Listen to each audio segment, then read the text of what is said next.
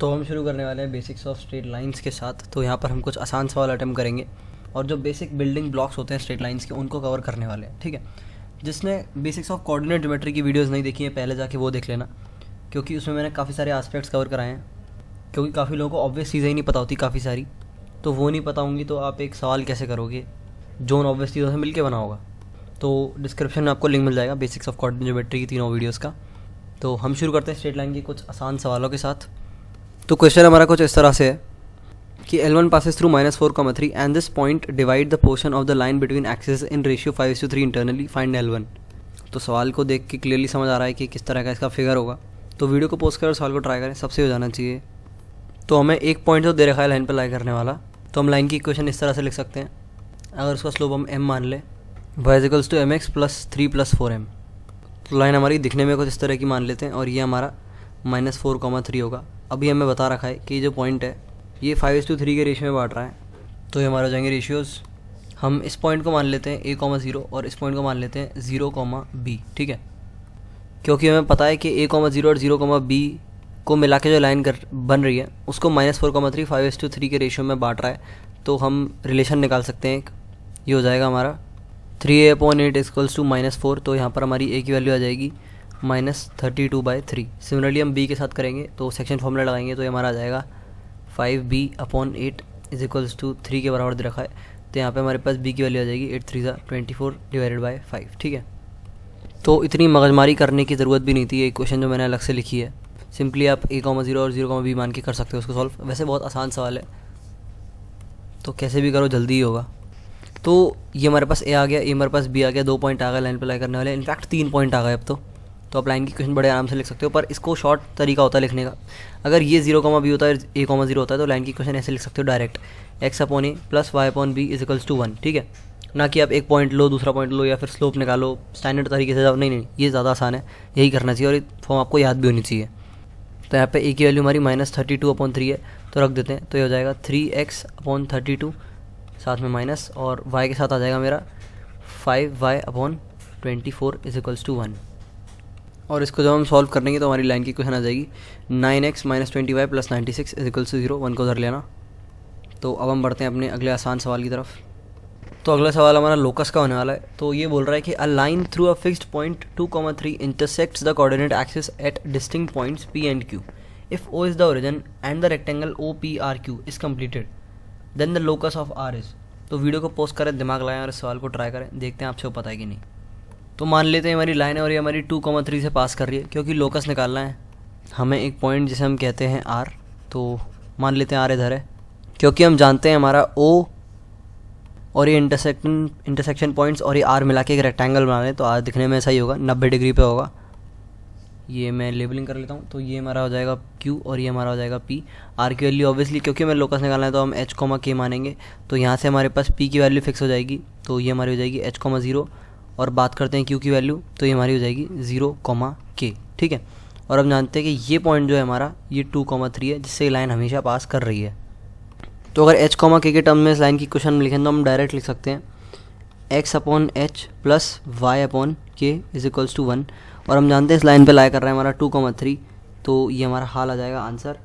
तो ये हमारा आ जाएगा 2/h + 3/k = 1। क्रॉस मल्टीप्लाई कर लो तो ये हमारा हो जाएगा 2k + 3h = kh। तो ये हमारा लोकस आ जाएगा 2y + 3x = xy, और ये हो जाएगा हमारा आंसर, ठीक है। तो बहुत आसान सवाल था, पर यही बेसिक चीज़ें होती हैं जो कि एक अच्छे सवाल को बनाने में कंट्रीब्यूट करती हैं। तो मैं नहीं चाहता इसमें से आप एक भी एस्पेक्ट मिस कर दो, ठीक है। क्योंकि जब हम अच्छे सवाल करें तो आपके वो सवाल सॉल्व होते रहें, जिससे मैं और ज़्यादा अच्छे सवाल डालता रहूँ और लेवल इतना बढ़ा दूँ कि यहाँ पर आसान चीज़ें मुझे दिखे ही ना। पर उसके लिए पहले आपको अपने आप को बिल्ड करना पड़ेगा। तो हम बढ़ते हैं अगले सवाल की तरफ। तो ध्यान से देखें वीडियो को, एक भी चीज़ ऐसी नहीं होनी चाहिए इस वीडियो में जो आप बाद में भूल जाओ। तो पूरे कंसंट्रेशन के साथ देखें, आगे बढ़ते हैं। तो अगला हमारा ऑब्वियस सवाल होने वाला है, find the coordinates of foot of perpendicular drawn from the point 1, -2 on the line y = 2x + 1। तो ये रहा हमारा पॉइंट, ये हमारी लाइन। इसमें आप डायरेक्ट फार्मूला भी लगा सकते हो, पर मैं बिना फार्मूला के करूँगा, जो बेसिक तरीका होता है सबसे ज़्यादा उससे, जिससे आपको एक्सप्लेनेशन मिल जाए कि एक्चुअली में होता कैसे है। तो ये हमारा पॉइंट है, मान लेता हूँ मैं h, k है ये पॉइंट कोई भी, ठीक है। तो एच कॉमा के देखो दिखने में ऐसा होगा, क्योंकि एच कॉमा के हमारा इस लाइन पे लाई कर रहा है तो ये हमारी इक्वेशन सेटिस्फाई करेगा। के इज इक्वल्स टू 2h + 1, तो मेरे पास रिलेशन आ गया। तो मैं इस पॉइंट को ऐसे भी लिख सकता हूँ, h, 2h + 1। इसी को हम पैरामीट्रिक कोऑर्डिनेट्स कहते हैं, जिसको हम आगे और ज़्यादा अच्छे से पढ़ेंगे पैराबोला वगैरह में। तो ये मेरे पास आ जाएगा h, 2h + 1। अब क्योंकि ये फुट ऑफ द परपेंडिकुलर मुझे निकालना है, h, k की वैल्यू निकालनी है, और ये जो लाइन है, ये जो ए बी है, ये हमारी ओरिजिनल लाइन के परपेंडिकुलर है, ठीक है। बी हमारा h, k, ध्यान रखना, ये हमारा 1, -2 है।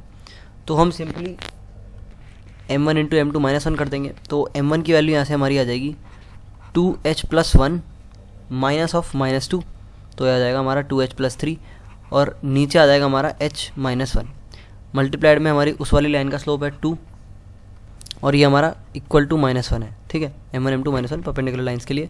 तो यहाँ से हमारा आ जाएगा 4h + 6 = 1 - h। यहाँ से हमारा आ जाएगा 5h = -5, और h की वैल्यू हमारी आ जाएगी -1। h हमारा -1 है, तो k हमारा 2h + 1 है, तो ये आ जाएगा -2 + 1, दैट इज़ अगेन -1। तो ये हमारे पास फुट ऑफ द परपेंडिकुलर के आ जाएंगे कोऑर्डिनेट्स, जो कि होगा हमारा आंसर, ठीक है। तो कुछ खास कैलकुलेशन नहीं थी, आप डायरेक्ट फॉर्मूला लगा सकते हो, जो हमारा होता है x - x1/a = y - y1/b = -ax + by + c / a² + b²। पर ज़्यादातर लोग क्या करते हैं, ऐसे फॉर्मूलेस देख के उन्हें रट लेते हैं और आंसर स्टैंडर्ड तरीके से निकालना नहीं जानते, इसलिए मैंने बिल्कुल जो बेसिक और ऑब्वियस तरीका होता है उसे बता दिया, ये भी वहीं से आता है। और तो एक चीज़ ध्यान रखना, स्ट्रेट लाइन में एक भी चीज़ रटना मत। ये पॉइंट फॉर्म, वो पॉइंट फॉर्म, 12 तरह की लोगों ने फॉर्म बना रखी है, सारी चीज़ें सेम ही होती हैं। इस तरह से सिंप्लीफाइड वे में पढ़ो चीज़ों को, कि कभी कोई चीज़ रटनी ना पड़े।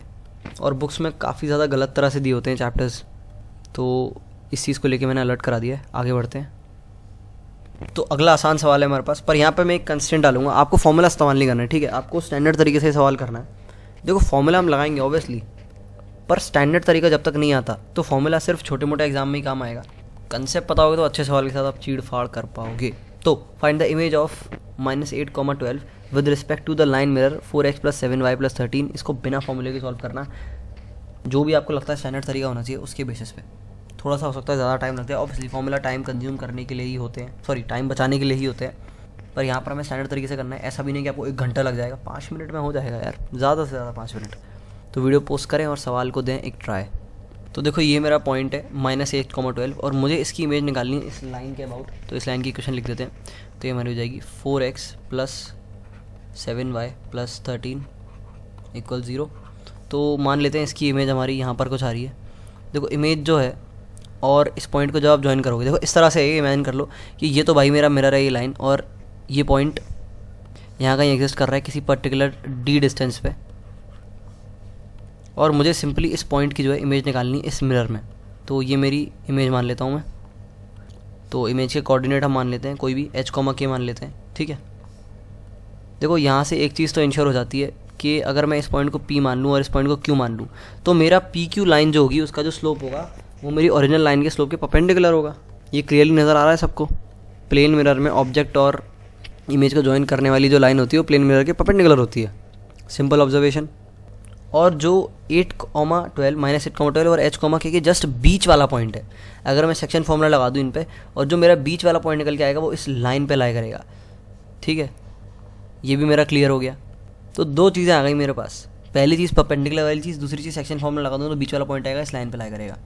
दोनों का इस्तेमाल करके h, k में हम 2 रिलेशन निकालेंगे और वहाँ से आ जाएगा हमारे पास आंसर।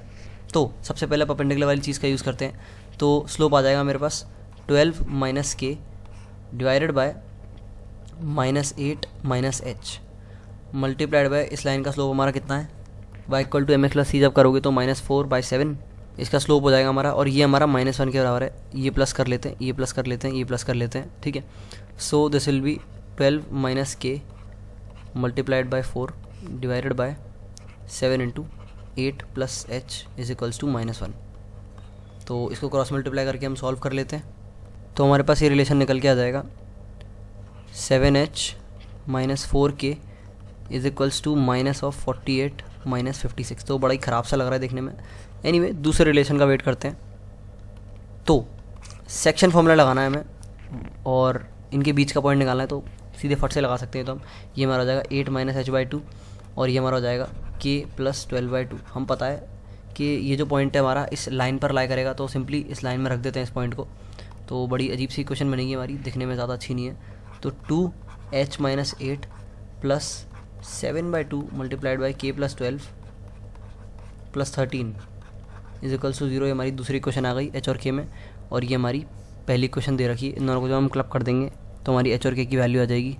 तो यहाँ से हमारे पास आ जाएगा 4h + 7k + 78 = 0। यहाँ आ जाएगा 7h - 4k + 104 = 0। तो काफ़ी सिमेट्रिकल इक्वेशन आ गई। ऐड कर दोगे तो ये आपका कुछ खास रिलेशन तो नहीं देगा, सिंपली यहाँ से k की वैल्यू निकालिए, h की उधर डाल दो। तो जब हम इन दोनों इक्वेशन को सॉल्व कर लेंगे तो हमारे पास कोऑर्डिनेट आ जाएंगे, h = -16 एंड k = -2, जो कि होगा हमारा आंसर। तो यहाँ पर हमने बहुत ज़्यादा बेसिक चीज़ें कवर कर ली। अगली वीडियो में हम कवर करने वाले हैं पैरेलल लाइंस के बारे में थोड़ी बातें, पैरेललोग्राम बनता है, उसका एरिया क्या होता है, और एंगल बाइसेक्टर के बारे में थोड़ी बातें करेंगे, और एंगल बिटवीन टू लाइंस के थोड़े कुछ सवाल करेंगे।